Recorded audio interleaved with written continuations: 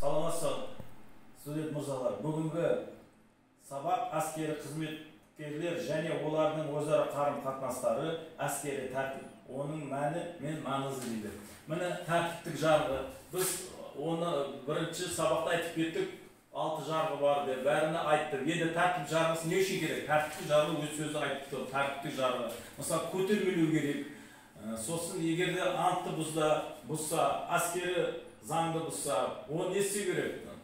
Жазалау керек. Енді біз бірінші алайда тәртіптік жарғыны көтермелеу. Мысал, анты қабылданғаннан кейін, ол анты қабылданғаннан кейін 5 жыл штабта тұрады. Сосын 5 жылдан кейін архивке өткізеді. Енді архивте өздерің білесіздер, 75 жыл тұрады. Енді егер де әскери қызметші жақсы қызмет жасап жүрсе, шені ефрейтор болса, оған жақсы қызмет қылдың деп кіші сержант шені беру мүмкін.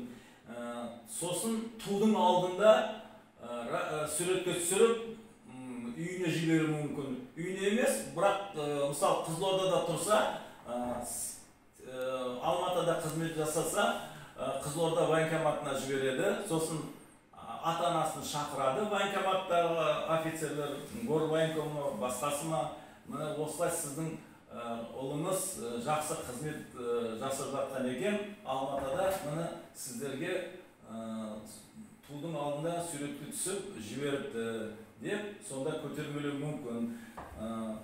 Газетаға жазу мүмкін. Сосын отпускқа жіберу мүмкін 10 күнге. Енді құқықты бұзған, әскери антты бұзған әскери қызметшілерді, мысал, постта тұрса, постты тастап кетсе, ол уже қараңдар балдар. Постты тастап кетеді, ол бір бап,